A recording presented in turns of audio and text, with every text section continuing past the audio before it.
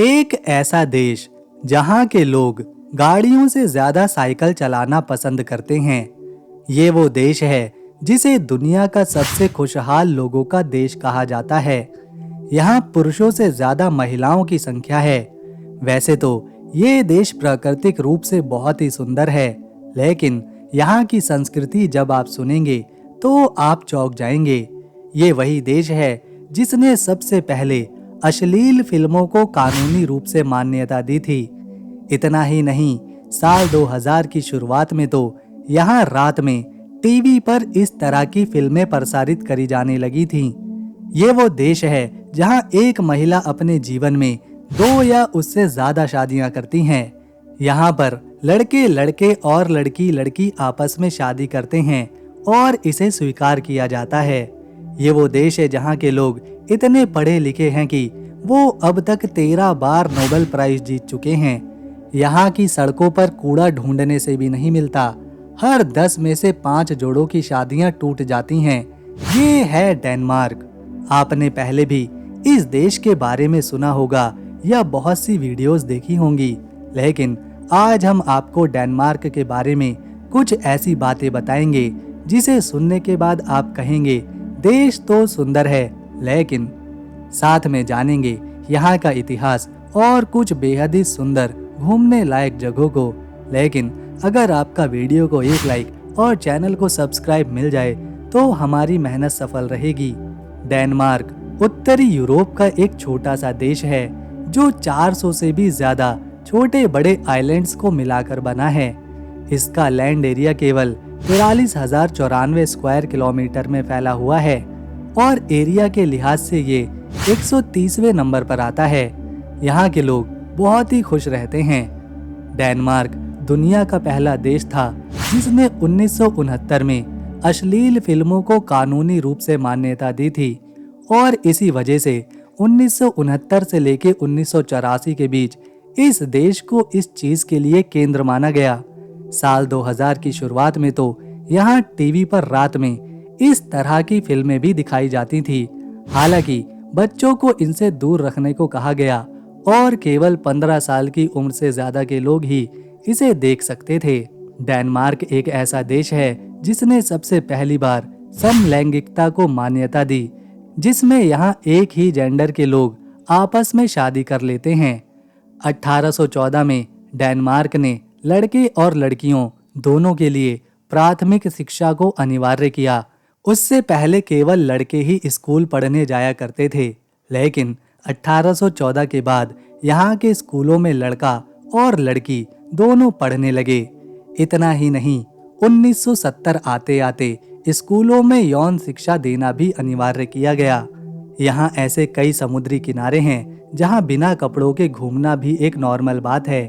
इसीलिए जब कोई विदेशी पुरुष या महिला डेनमार्क के बीचेस की सैर करने पहली बार निकलता है तो वो बिना कपड़ों के लोगों को समंदर किनारे लेटा देख, उन्हें घूमता देख अक्सर चौंक जाता है। लेकिन वहाँ के लोगों को इससे कोई फर्क नहीं पड़ता। अभी बात खत्म नहीं होती। डेनमार्क में इस तरह की संस्कृति काफी बढ़ चुकी है, जिसमें 15 साल से पहले ही संबंध बना लिए जाते हैं। और तो और यहाँ बहुत से पुरुषों के और बहुत सी महिलाओं के एक से ज्यादा पार्टनर भी होते हैं। रिपोर्ट्स बताती हैं कि डेनमार्क में तलाक सबसे ज्यादा होते हैं। यहाँ अगर किसी 2 जोड़ों ने एक साथ शादी करी तो उनमें से एक का तलाक होना तय है। इसी वजह से पूरे जीवन में यहाँ की महिलाएं और पुरुष 3 से 4 बार शादियां करते हैं और इसकी भी कोई गारंटी नहीं कि आखिरी शादी चलेगी या नहीं। इसके अलावा यहाँ के लोग 33 से 34 साल के होने के बाद ही शादी के बारे में सोचते हैं। आपको जानकर हैरानी होगी कि विश्व खुशहाली रिपोर्ट 2025 के मुताबिक डेनमार्क दुनिया का दूसरा सबसे खुशहाल देश है। पहले नंबर पर फिनलैंड आता है। इसकी खुशहाली का कारण है सामाजिक समानता, मुफ्त शिक्षा और स्वास्थ्य सेवाएं और लोगों का एक दूसरे पर भरोसा। हालांकि डेनमार्क में लोगों को टैक्स ज्यादा देना पड़ता है, लेकिन बदले में उन्हें सारी सुविधाएं मुफ्त मिलती हैं, जिससे वो टेंशन फ्री रहते हैं। ट्रांसपोर्ट से लेकर इलाज, पढ़ाई से लेकर बुढ़ापे में अच्छी पेंशन, सब कुछ टाइम पर मिलता है। डेनमार्क के लोग 7 दिन में केवल 37 घंटे काम करते हैं, यानी एक दिन में लगभग 5.5 घंटे, फिर चाहे इसमें कोई ऑफिस का काम हो या फिर मजदूरी का।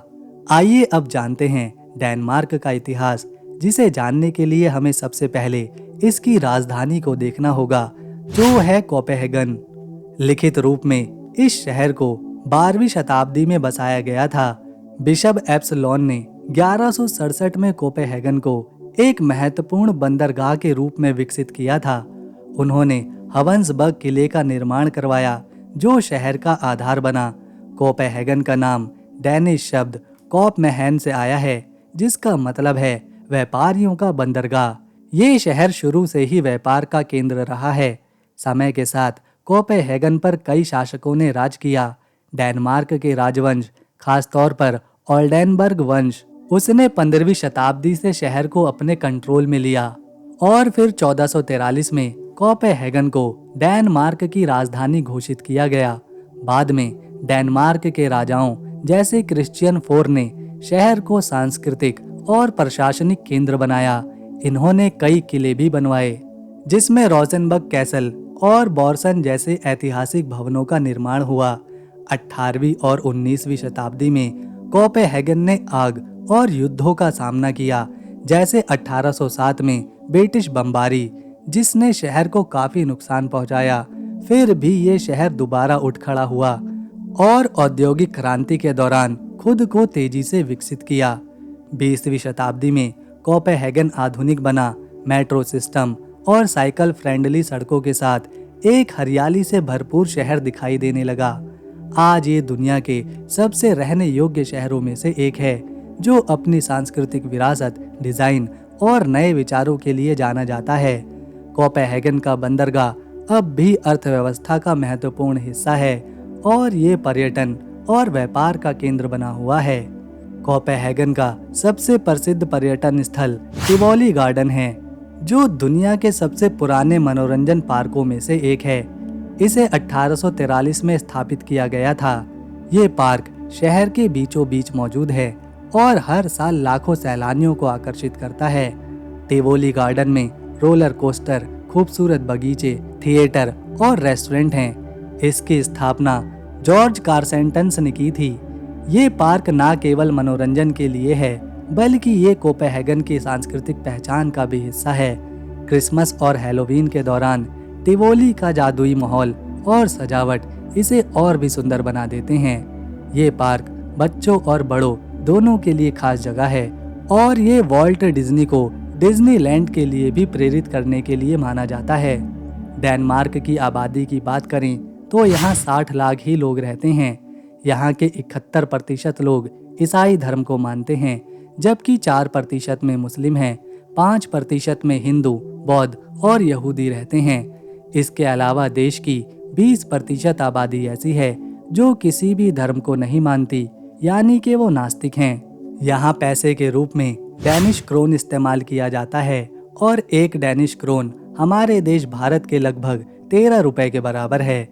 यहाँ के लोग काफी पढ़े लिखे हैं, तभी तो अब तक ये देश 12 बार नोबेल प्राइज अपने नाम कर चुका है, जिसमें नील्स बोर ने 1922 में और बियॉन लॉम्बर्ग ने 2001 में ग्लोबल वार्मिंग में इसे जीता था। ये है डेनमार्क का सबसे प्रसिद्ध किला, क्रोनबॉर्ग किला। इसे एल्सिनोर कैसल भी कहा जाता है। ये डेनमार्क के सबसे महत्वपूर्ण ऐतिहासिक जगहों में से एक है। इसकी नींव 1420 के दशक में राजा एरिक 7 ने रखी थी। तब ये एक छोटा सा किला था। 1574 में राजा फ्रेडरिक II ने इसे एक सुंदर किले में बदला, जिसे आज हम क्रोनबर्ग के नाम से जानते हैं। ये किला 17वीं शताब्दी में डेनमार्क की शक्ति का प्रतीक बना। 1629 में आग लगने के बाद राजा क्रिश्चियन IV ने इसे दोबारा से बनवाया। क्रोनबर्ग को साल 2000 में यूनेस्को की विश्व धरोहर स्थलों में शामिल किया गया। ये विलियम शेक्सपियर के नाटक हैमलेट की भी खास जगह है, जिसके कारण इसे विश्व साहित्य में प्रसिद्धि मिली। किला कई युद्धों जैसे स्वीडन के साथ संघर्ष का गवाह रहा और आज भी ये किला डेनमार्क की संस्कृति और विरासत का प्रतीक है। पूरा देश घूमने के बाद आप यहाँ की ताज़ी और शुद्ध हवा के साथ साथ प्राकृतिक नज़ारों को हमेशा याद रखेंगे। यहाँ की सड़कों पर ज्यादा भीड़ नहीं रहती, लोग ईमानदार हैं और काफी शांत स्वभाव के भी। इसे दुनिया के सबसे स्वच्छ देशों में भी गिना जाता है, क्योंकि यहाँ आपको कूड़ा ढूंढने से भी नहीं मिलेगा। प्रदूषण ना फैले, इसके लिए लोग या तो ज़्यादा से ज़्यादा साइकिल का इस्तेमाल करते हैं या फिर पब्लिक ट्रांसपोर्ट का। जो कंपनीज और फैक्ट्रीज हैं वो भी अपना केमिकल या कचरा सीधे नदियों में नहीं छोड़ती, जिससे यहाँ की नहरें साफ बनी हुई हैं। ये है बॉर्नहोम, बाल्टिक सागर में मौजूद डेनमार्क का एक छुपा हुआ हीरा, जो अपनी प्राकृतिक सुंदरता और शांत वातावरण के लिए जाना जाता है। ये द्वीप कोपेनहेगन से लगभग 150 किलोमीटर दूर है और स्वीडन के करीब होने के बावजूद डेनिश संस्कृति को दर्शाता है। इस द्वीप पर लगभग 39,000 लोग रहते हैं, जो इसे बहुत ही कम भीड़ भाड़ वाला बनाते हैं। यहाँ की चट्टानी पहाड़ियाँ जैसे हैमरशस के खंडरों वाली पहाड़ी और घने जंगल जैसे अल्मिंडिंगन प्राकृतिक प्रेमियों को बहुत पसंद आते हैं। द्वीप के उत्तरी हिस्से में ग्रेनाइट चट्टानें और दक्षिण में सफेद रेतीले समुद्र के तट जैसे जादुई चित्र लगते हैं।